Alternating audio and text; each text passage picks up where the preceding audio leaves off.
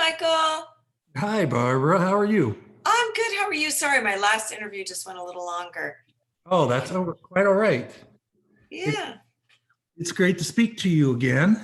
Yeah, I just talked to you a couple weeks ago. Yeah, it seems like it. We're almost getting to be friends. Uh, Yeah. so to start things off here, you star in your new horror movie, Jacob's Wife, along with Larry Fessenden. Yeah. And I have to say that I thoroughly enjoyed uh, the movie, and I thought you did great in the film. And and how cool is it that you get to play a vampire in this movie? Amazing. I mean, I've always wanted to play a classic character, and who was going to give me the role if I didn't give it to myself?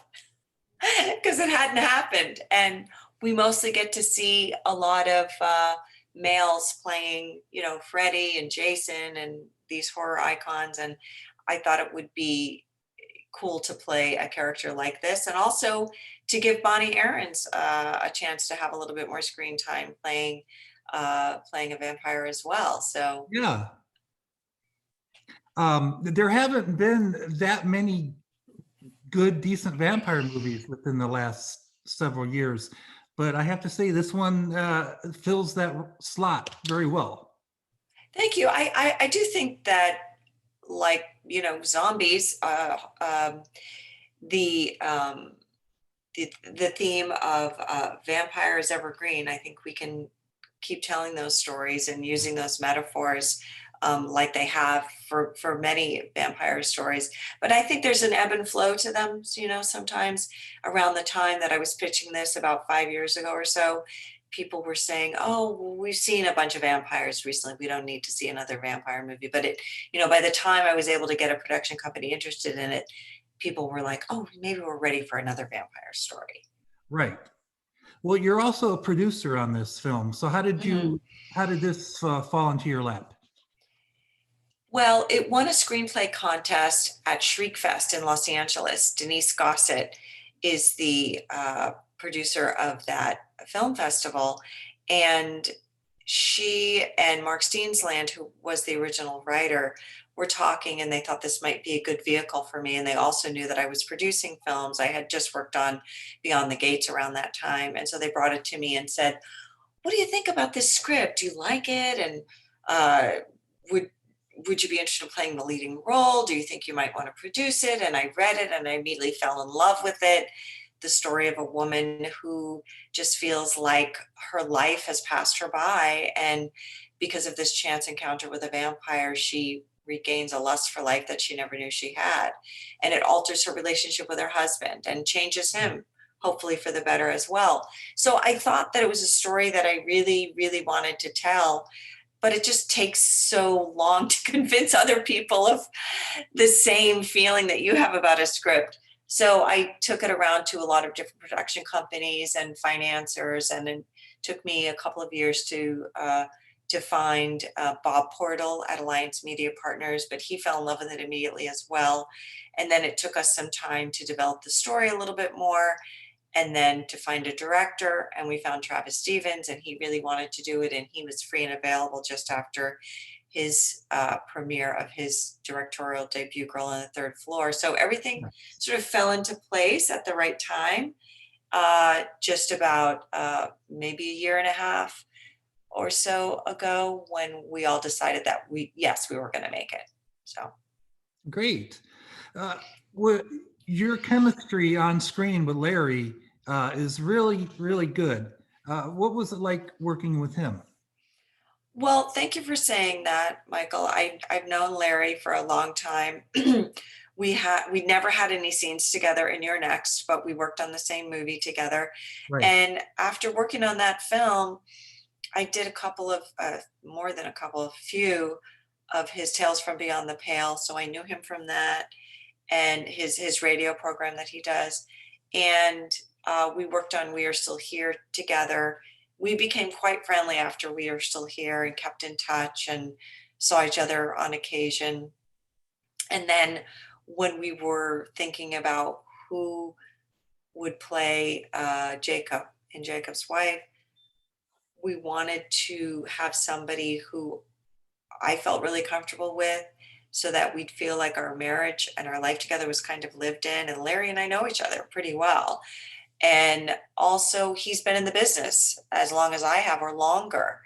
And our names are both synonymous with horror. And we really felt like it was important to have somebody who people knew from the horror genre to play this part. And I thought it was a nice opportunity to give Larry a chance to play a character that he might not normally play. And he's Right. playing a little bit against type. He's usually the guy that comes in and gets killed, or he's a little more sloppy looking. And he was playing a buttoned up minister. And we thought that would be exciting for the fans to see him play a character that he's never played before.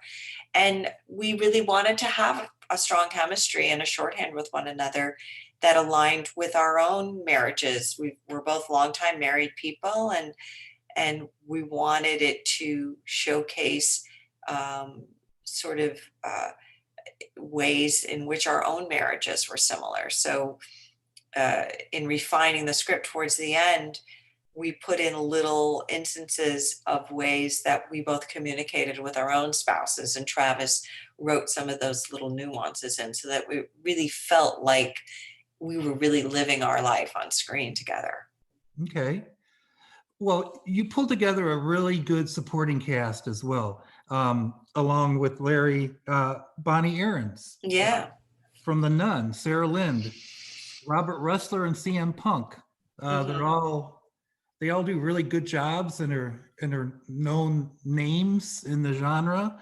Um, I, I I don't know if you can really call it a twist or not, or if I can really talk about it. Yeah, I think so. I know what you're going to say. I think you can. The master, Yeah. being a woman, Bonnie Aarons, it's kind of it's nice to see, because normally, when you think of the master and other things, it's almost always a male. Hmm. Yeah, I think that was important. An important aspect of the script when we came down to it. It was Travis's idea to change the master to a woman. And immediately when he said that, a light bulb went off in all of our heads, the producers. We went, of course, it has to be a woman, because the master really doesn't want to, you don't want to trade one master for another, one male for another male. And Bonnie's character as a woman was kind of giving voice to the voices of all women, to say, you can be your own person. You have to ask yourself what you want to do. This is a movie about as much about feminism as it is about a marriage, and how a woman sort of loses herself in her relationship with her husband. And what what better than another woman to sort of talk to you about that and encourage you to be your best self that you can be, and to feel like you want to recalibrate your relationship with your husband. And who's going to tell you that but the metaphor of another woman, who's probably the woman deep inside of you that's been hidden for so long. Yeah. Uh, the film kind of takes the normal tropes and subverts them, which I really enjoyed that part of the movie. Also, the movie was shot in Camden, Mississippi. Why there? Canton, I'm sorry, Canton. Canton. Yeah, Canton.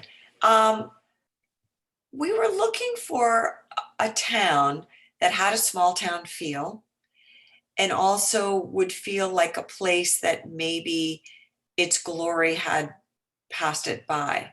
So, a number of years ago, that was more of a bustling small town. And um, it's very close to Jackson, Mississippi, but a lot of people have moved out from Canton and moved closer to the city, and moved to other areas of Mississippi that have a little bit more life and a little bit more going on.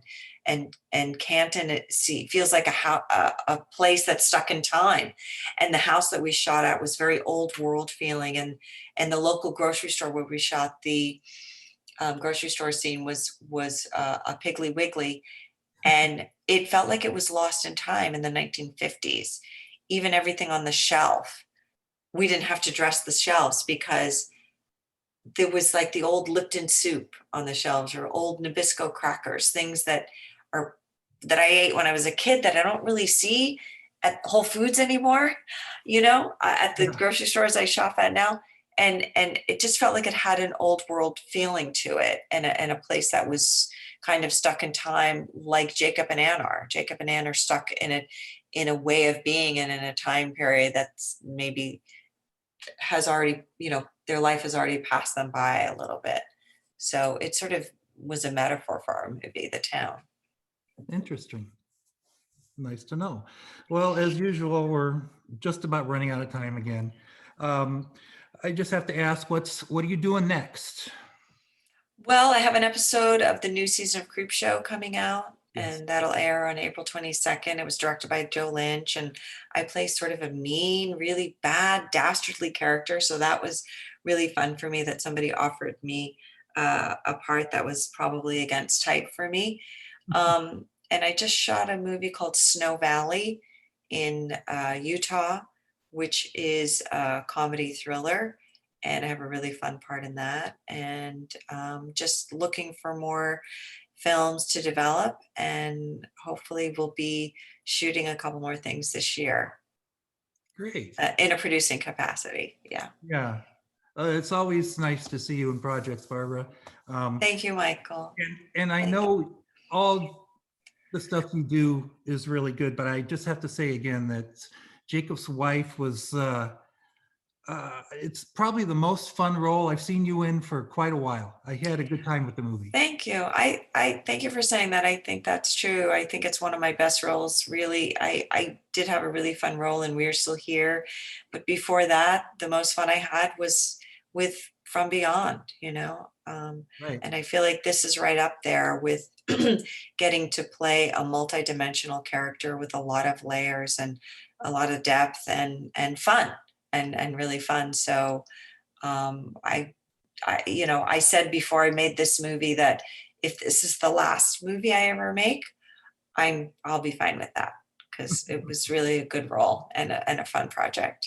Yes, it really was. Well, I know we're out of time, so thank you again Okay, for thank you, speaking with me, Michael. Barbara. I really Okay, appreciate it. Have a good day. you too. Thank you.